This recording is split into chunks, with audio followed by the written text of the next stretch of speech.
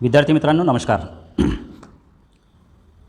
साहित्य संवाद भाग 3 या ग्रंथातील म्हणजेच 5व्या सेमिस्टरकरिता नेमलेले जे कोणते गद्य आणि पद्य आहेत त्यापैकी गद्यामधील एक विवाहो स्वीकारू ही लीळा आपण पाहिलेली आहे.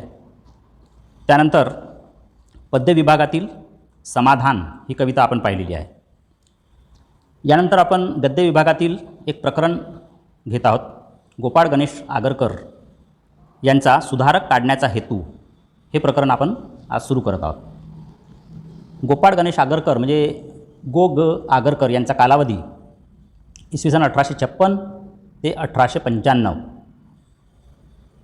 आणि हा कालावधी आपण जर लक्षात घेतला तर तो काळ पारतंत्र्याचा होता. कुठल्याच पद्धतीचे सामाजिक विकास हा त्या काळामध्ये झालेला नव्हता आणि अशा स्थितीमध्ये गोपाळ गणेश आगरकरांनी एक सुधारक नावाचं वर्तमानपत्र त्या काळात काढलं होतं.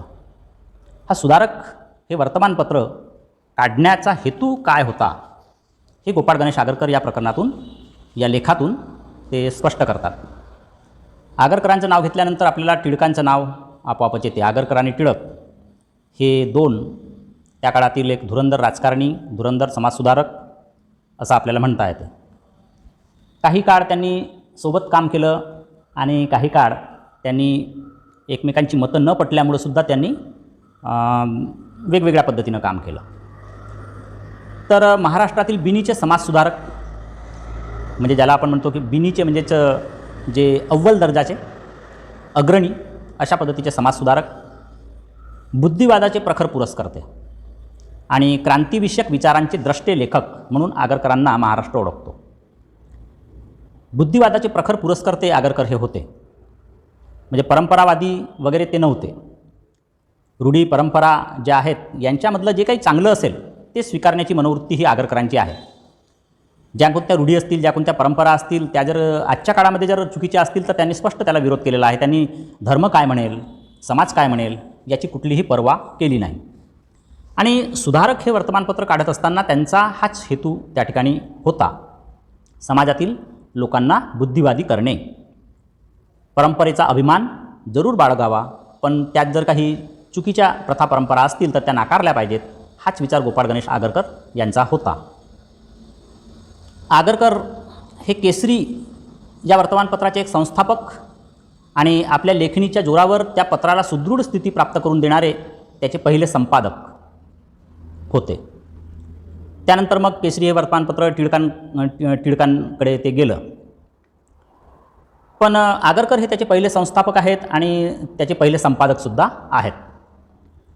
पुण्यातील new English school, Deccan education society, Fergusson college ह्या ज्या काही शिक्षण संस्था आहेत त्या त्यांनी उघडलेल्या आहेत.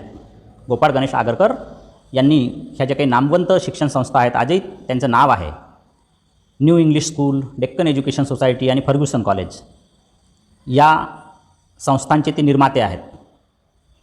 पण आगरकरांचं नाव महाराष्ट्रातील जनतेला जर ज्या कोणत्या कारणाने ज्ञात असेल ते म्हणजे सुधारक या वर्तमानपत्राचे ते संस्थापक आणि संपादक म्हणून त्यांचं नाव सगळ्यांना परिचित आहे. म्हणजे केसरीचे ते संस्थापक आहेत पण केसरी हे वर्तमानपत्र त्यांनी पुढं चालून सोडलं, ते मग टिळकांनी चालवलं आणि त्यानंतर सुधारक हे वर्तमानपत्र जे आहे ते गोपाळ गणेश आगरकरांनी नव्याने सुरू केलं.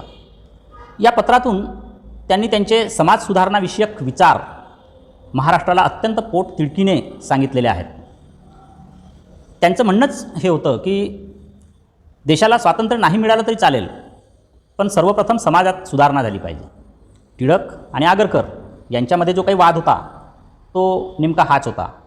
टिळकांचं म्हणणं असं होतं की सर्वप्रथम आपल्याला स्वातंत्र्य मिळालं पाहिजे, नंतर आपण आपल्या देशात सुधारणा करत बसू.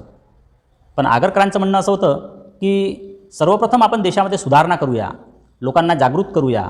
आपोआपच लोक जागृत झाली, लोक शिक्षित झाली की आपोआपच हे लोक स्वातंत्र्याची मागणी करतील आणि स्वातंत्र्य लढ्यामध्ये ते स्वतःहून समोर होतील. म्हणजे समाज सुधारणा या गोष्टीला आगरकरांनी फार महत्त्व दिलं. तर टिळकांनी स्वातंत्र्यप्राप्ती या गोष्टीला विशेष महत्त्व दिलं आणि याच गोष्टीमुळे दोघेही हे मित्र आगरकर आणि टिळक यांचं आपल्याला बिनसलेलं दिसून येते. आणि मग आगरकरांनी केसरी हे वर्तमानपत्र सोडलं आणि सुधारक हे वर्तमानपत्र त्यांनी सुरू केलं. प्रस्तुत लेख आगरकर वाङ्मय खंड 1 सुधारणा विभाग पूर्वार्ध यातून घेतलेला आहे. म्हणजे त्यांनी जे काही सुधारक हे वर्तमानपत्र जे काही काढलं त्याचे जे कोणते संबंध अंक असतील त्या अंकांमध्ये आगरकरांचे जे कोणते लेख असतील ते संपूर्ण लेख आणि त्यांचं जे संपूर्ण लेखन आगरकर वाङ्मय खंड, आगरकर वाङ्मय म्हणून प्रसिद्ध आहे, त्यातला खंड 1 आहे आणि त्या खंड 1 मध्ये सुधारणा विभाग पूर्वार्ध यामध्ये हा लेख आपल्याला आढळतो. तिथून हा लेख तुमच्या अभ्यासामध्ये नेमलेला आहे. भारतीय समाज, त्याची राज्यपद्धती, शास्त्रे, कला व चालीरीती इत्यादी माहितीबरोबरच जागतिक सुधारणांच्या तुलनेत भारतीय समाजव्यवस्थेचे दोष दिग्दर्शन करताना प्रसंगी लोकांची अवकृपा सहन करूनही जे योग्य वाटेल तेच सांगणे हा सुधारक काढण्याचा हेतू आहे, असं आगरकरांनी प्रस्तुत निबंधातून प्रतिपादन केलेलं आहे. त्यांचं असं म्हणणं आहे की हा जो काही भारतीय समाज आहे, या समाजामधली राज्य पद्धती आहे, या समाजातील शास्त्र आहेत, कला आहे, चालीरीती आहेत, रूढीपरंपरा आहेत, या इत्यादी असलेली ही जी माहिती आहे त्याबरोबरच जागतिक सुधारणांच्या तुलनेत भारतीय समाजव्यवस्थेचे दोष दिग्दर्शन करणे, म्हणजे ह्या सगळ्याच गोष्टी आपल्याकडे आहेत. आपली सामाजिक व्यवस्था, आपली राज्यपद्धती, आपल्याकडील शास्त्र, आपल्याकडील कला, आपल्याकडील चालीरीती, ह्या सगळ्याच गोष्टी आहेत. पण यांची तुलना आपण जागतिक सुधारणेच्या तुलनेमध्ये जर आपण केली, जगाशी जर या सगळ्या गोष्टीची आपण तुलना केली, तर आपला समाज या सर्वच गोष्टींमध्ये जगापेक्षा कितीतरी मागासलेला दिसतो. हे जे काही मागासलेपण आहे हे लोकांना दिग्दर्शित करणे, समाजातले हे जे दोष आहेत त्यांचं दिग्दर्शन करणे, ते लोकांच्या नजरेस आणून देणे, हा आपला मुख्य हेतू आहे. हा सुधारक काढण्यामागचा आपला मुख्य हेतू आहे. आणि असं करताना लोकांची समजा अवकृपा जरी झाली, लोक आपल्यावर नाराज झाले, तरीसुद्धा आपल्याला त्याची कुठलीही पर्वा नाही. ती सर्व अवकृपा आपण सहन करू, पण जे आपल्या मनाला पटेल, जे आपल्या मनाला योग्य वाटेल तेच आपण सुधारक या वर्तमानपत्रातून सांगू, असा प्रण घेऊन सुधारक हे वर्तमानपत्र आगरकर यांनी सुरू केलेलं आहे. तर या लेखाची सुरुवात त्यांनी भारतीय संस्कृतीमध्ये किंवा भारतीय समाजामध्ये किंवा या भारतखंडामध्ये काय विशेष आहे ते त्यांनी सर्वप्रथम दाखवलेलं आहे. पर्वत, नद्या, सरोवरे, झाडे, पाणी, राने, समुद्रकिनारे, हवा, खाणी, फुले व जनावरे ज्यात स्पष्टपणे दाखवली आहेत असा एक, व ज्यात पारधी व पारधीची हत्यारे, शेतकरी व शेतकीची अवजारे, बाजार व त्यातील कोट्यावधी कृत्रिम जिन्नस, न्यायसभा व त्यात येणारे शेकडो लोक, राजसभा व त्यात बसणारे उठणारे सचिव, मंत्री वगैरे प्रमुख पुरुष, भव्य मंदिरे व उत्तुंग देवालये, बागा व शेते, झोपड्या व गोठे, अनेक पदवींचे व अनेक धंदे करणारे पुरुष व स्त्रिया आणि त्यांची अर्भके, ही ज्यात व्यवस्थित रीतीने काढली आहेत असा एक, मिळून प्रत्येक खंडातील ठळक देशांचे 2-2 चित्रपट तयार करून ते पुढे ठेवले आणि त्याकडे निपक्षपात बुद्धीने काही वेळ पाहत बसले. तर विचारी पुरुषाच्या मनात काय परिणाम होतील बरे? प्रथम सृष्ट पदार्थाच्या चित्रपटाचे अवलोकन केले तर त्यावरून असे दिसून येईल की विस्तृतता, बहुविधता, मनोरमता, अद्भुतता, उपयुक्तता व विपुलता यापैकी कोणत्याही गुणात या भरतखंडाचा त्रिकोणाकृती पट Greece, Italy, Poland, United States, Australia यापैकी पाहिजे त्या रमणीय देशाच्या चित्रपटाशी तुलना करण्याच्या हेतूने मांडला तर असे म्हणावे लागेल की आमच्या वाट्याला सर्वोत्तम न म्हटला तरी उत्तमांपैकी एक देश आलेला आहे. म्हणजे आगरकरांनी या ठिकाणी अशी कल्पना केलेली आहे की प्रत्येक देशाचे दोन चित्रपट तयार करायचे.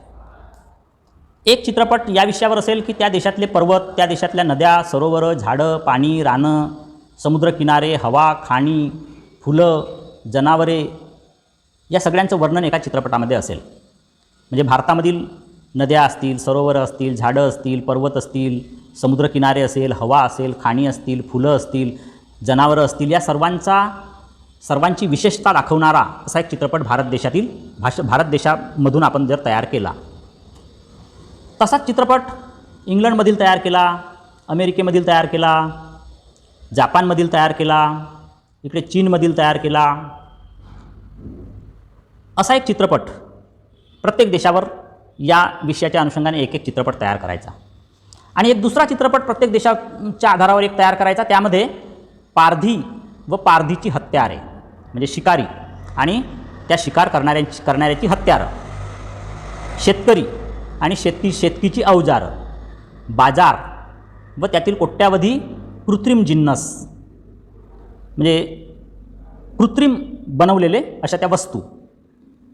त्यानंतर न्यायसभा म्हणजे कोर्ट आणि त्यात येणारे शेकडो लोक, राजसभा, त्यात बसणारे उठणारे सचिव, मंत्री वगैरे प्रमुख पुरुष, त्या देशातील भव्य मंदिरं, उत्तुंग देवालय, बागा, शेती, झोपड्या, गोठे, अनेक पदवी धारण करणारे लोक आणि धंदे करणारे लोक आणि स्त्रिया, त्यांची मुलं, या सर्वांवर आधारित एक दुसरा चित्रपट. तो चित्रपट भारत देशाचाही त्या या विषयावर एक भारत देशाचा चित्रपट आणि अन्य देशांवर आधारितसुद्धा एक चित्रपट, असे 2 चित्रपट जर आपण प्रत्येक देशावर जर काढले तर आगरकर असं म्हणतात की जो पहिला चित्रपट आहे, पर्वत, नद्या, सरोवरं, झाडे, पाणी, रानं, समुद्र किनारे, हवा, खाणी, फुलं, जनावरं यांचा समावेश असलेला जो काही चित्रपट असेल, त्या चित्रपटाचं अवलोकन केलं आणि इतर देशांच्या चित्रपटाचं जर अवलोकन केलं तर आपल्या असं निदर्शनास येईल की आमच्या वाट्याला सर्वोत्तम न म्हटला तरी उत्तमांपैकी एक देश आलेला आहे. म्हणजे पहिल्या 5 किंवा पहिल्या 10 आपला नंबर लागू शकतो. कारण सह्याद्री पर्वत, विंध्य पर्वत, कैलास पर्वत यासारख्या प्रचंड पर्वतांनी ज्याची तटबंदी झालेली आहे असा आपला हा देश आहे. सिंधू, भागीरथी, नर्मदा, तापी, कृष्णा इत्यादी नद्यांनी व नद्यांनी ज्यातील क्षेत्रे सिंचनाचे व उतारूंची व व्यापाराची गलबते व आगबोटी वाहण्याचे काम पत्करले आहे, अशा त्या आपल्या नद्या आपल्याला लाभलेल्या आहेत.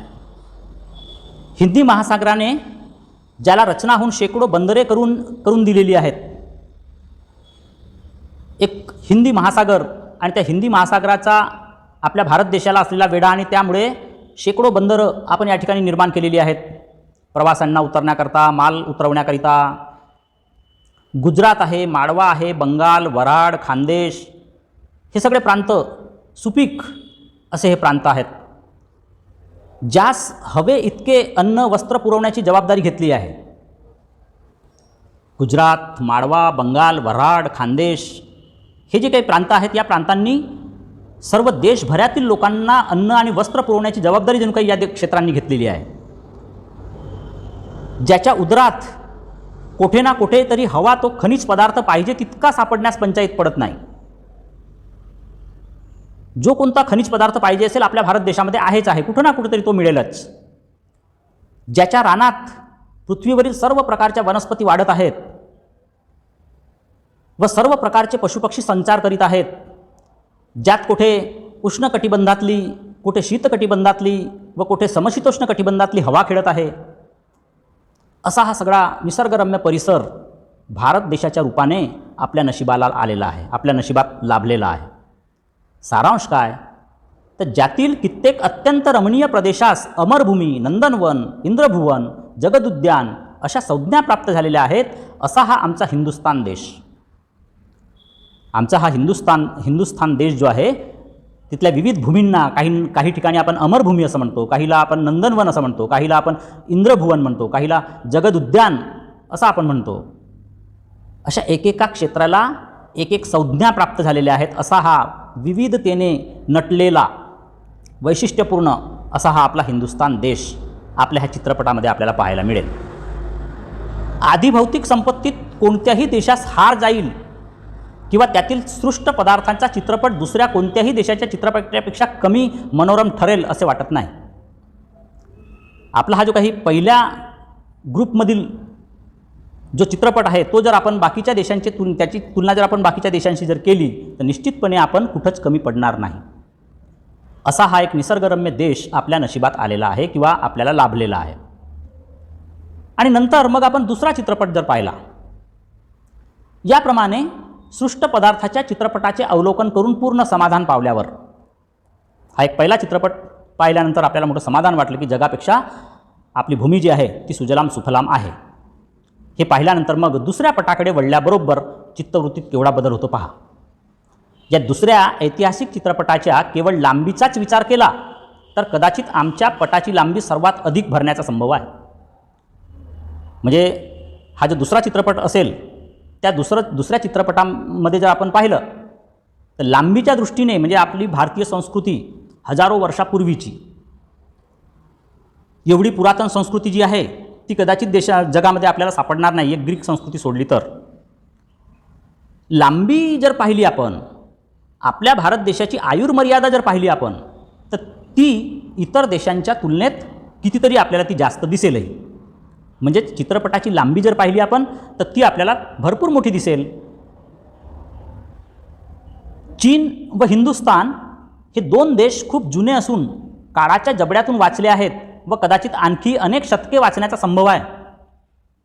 हे दोन देश कोणते? चीन आणि हिंदुस्तान, भारत, हे जे दोन देश आहेत हे काळाच्या जबड्यातून वाचलेले आहेत. हे देश इतके जुने आहेत, इतकी पुरातन संस्कृती या देशांना लाभलेली आहे की याच्याबरोबर निर्माण झालेले जे देश आहेत ते केव्हाचेच नष्ट झालेले आहेत. तर असे हे चीन आणि हिंदुस्तान हे दोन देश खूप जुने असून काळाच्या जबड्यातून ते वाचलेले आहेत व कदाचित आणखी अनेक शतके वाचण्याचा संभव आहे. पण अशा प्रकारच्या वाचण्यात विशेष पुरुषार्थ आहे की काय, हा मोठा विचारणीय प्रश्न आहे.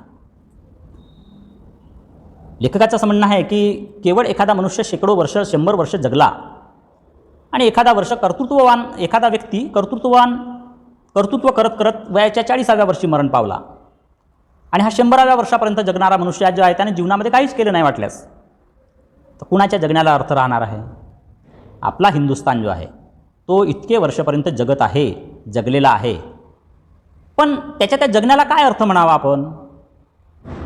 अशा प्रकारच्या वाचण्यात विशेष गुणधर्म आहे की काय, हा मोठा विचारणीय प्रश्न आहे. अशा प्रकारचे केवळ वाचणे म्हणजे बऱ्याच अंशी योगनिद्रेत प्राण धरून राहिलेल्या योग्याच्या जगण्यासारखे होय.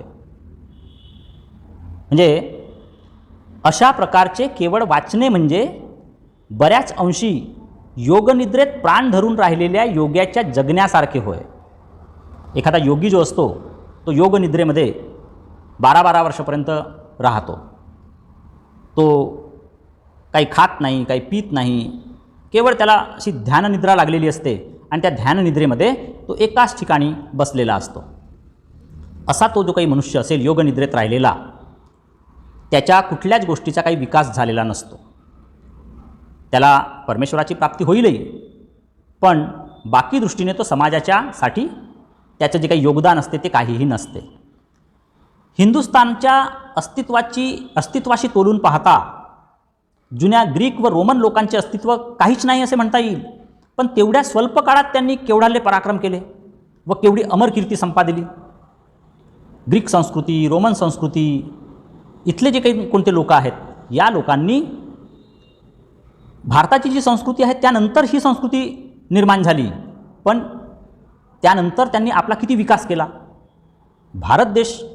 भारतीय संस्कृती जी आहे ती हजारो वर्ष जुनी असूनही या रोमन संस्कृतीच्या तुलनेत किंवा या ग्रीक संस्कृतीच्या तुलनेत आपण आज कुठेही नाही अशी स्थिती आपल्या निदर्शनास येते.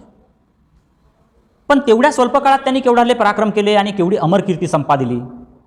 भाषा परिज्ञान प्रवीणांनी अलीकडे असा सिद्धांत केला आहे की हिंदू लोक, ग्रीक लोक व रोमन लोक व जर्मन शाखेपासून निघालेले अर्वाचीन युरोपातील इंग्लिश, डच वगैरे लोक एकाच पूर्वजापासून झालेले असावे, असा एक सिद्धांत भाषातज्ञांनी मांडलेला आहे.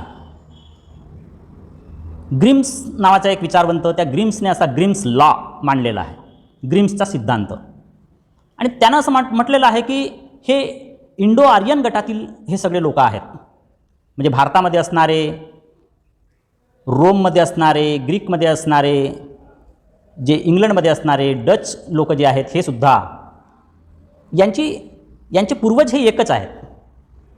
एकाच पूर्वजापासून हिंदुस्थानातील लोक, ग्रीक लोक, रोमन लोक, इंग्लिश लोक, डच लोक हे निर्माण झाले असावेत. आणि याचं कारण त्यांनी दिलेलं आहे की यांची भाषा जी आहे यांच्यामध्ये साम्य आढळते. आपण पाहिलं तर आपल्या असं निदर्शनास येते की आईला आपण माता असं म्हणतो, माता, आणि इंग्रजीमध्ये त्याला मदर, माता म आणि मदर म. भ्राता भ किंवा ब आणि भाऊ भ. भ्राता आणि भाऊ, भ्राता म्हणजे भाऊ आणि ब्रदर म्हणजे भाऊ. तर भ्राता या शब्दाची सुरुवातसुद्धा भ पासून होते आणि ब्रदर या शब्दाची सुरुवातसुद्धा ब पासून होते. भ आणि ब, ब मध्ये ह मिळवलात की भ होतो. माता आणि मदर. त्याच पद्धतीने फादर आणि बाप, प फ ब भ एकाच गटातील आहेत हे. बापचा ब आणि फादरचा फ, प फ ब भ. तर हे अनेक शब्द त्यांनी दाखवले आणि त्या माध्यमातून त्यांनी सांगितलं की हे इंग्लिश भाषा आणि मराठी भाषा किंवा संस्कृत भाषा हे एकाच ठिकाणातून निर्माण झालेली आहे. आणि म्हणून हे लोक जे आहेत हे एकाच गटातले आहेत. यांचे पूर्वज जे आहेत हे एकच असावेत. केवळ इंग्रजी आणि मराठीच नव्हे तर ग्रीक भाषा, त्यानंतर डच भाषा, रोमन भाषा यांच्यामध्ये सुद्धा हे साम्य दिसते. आणि त्यामुळे जगातील जे कोणत्या भाषा आहेत त्याचे 13 गट त्यांनी केलेले आहेत. आणि या 13 गटांपैकी एक गट जो आहे तो इंडो युरोपियन लोकांचा गट, इंडो युरोपियन भाषेचा गट असा त्यांनी सांगितलेला आहे. आणि त्यात मराठी किंवा हिंदुस्थानची जी भाषा आहे तीसुद्धा त्यामध्ये येताना दिसते. त्यावरून त्यांनी असा अंदाज लावला की हे सगळे लोक जे आहेत यांचा पूर्वज एकच असला पाहिजे. तर आपल्या असं निदर्शनास येते की हे सगळे एकाच पूर्वजापासून झालेले असावेत. आणि या सर्वांचे ते आर्य कुलोद्भव राष्ट्रे, या सर्वांना ते आर्य कुलोद्भव राष्ट्र म्हणतात. या सर्वच देशांमध्ये असलेले जे कोणते लोक आहेत ते आर्य आहेत. आणि हे जर खरे असेल तर काय सिद्ध होते? सगळे एकाच झाडातून निर्माण झालेले आहेत आणि एकाच झाडाच्या त्या वेगवेगळ्या शाखा आहेत. असं असताना एकीकडे इंग्लंड, एकीकडे ग्रीक, रोमन या संस्कृतीतील लोकांनी, जर्मन लोकांनी आपला किती विकास करून घेतलेला आहे. आणि त्या तुलनेत भारतीय लोकांनी या हिंदुस्थानचा असा कशा पद्धतीने त्याचा म्हणजे विकास साधलेला नाही, म्हणजे त्यांनी विकास करू शकले नाहीत. हे लोक विकासापासून दूर राहिलेले हे लोक आहेत. तर अशा पद्धतीने भारत का असं मागं राहिला याची शहानिशा करण्यासाठी म्हणून त्यांनी ही 2 चित्रपटांची तुलना केली. आणि त्यातून त्यांनी सांगितलं की एका चित्रपटामध्ये आपण सर्वांपेक्षा सरस दिसतो, पण दुसऱ्या चित्रपटामध्ये मात्र आपण या सर्वांच्या मागे असल्याचं आपल्या निदर्शनास येते. आणि हे जे काही असेल त्यात सर्वस्वी दोष जो आहे तो आपला आहे. आपण आपला स्वतःचा विकास करू शकलो नाही आणि म्हणूनच आपल्याला आपला विकास करणं ही एक आपली गरज ओळखून आपण जुन्या परंपरा ज्या आहेत त्या सोडल्या पाहिजेत आणि त्यांचा अवेअर करून आपण नाविन्याचा स्वीकार केला पाहिजे. हे एक तत्त्व यातून गोपाळ गणेश आगरकरांनी मांडण्याचा प्रयत्न केलेला आहे. तर पुढील विवेचन आपण यानंतर पुढच्या तासिकेमध्ये बघूया. धन्यवाद.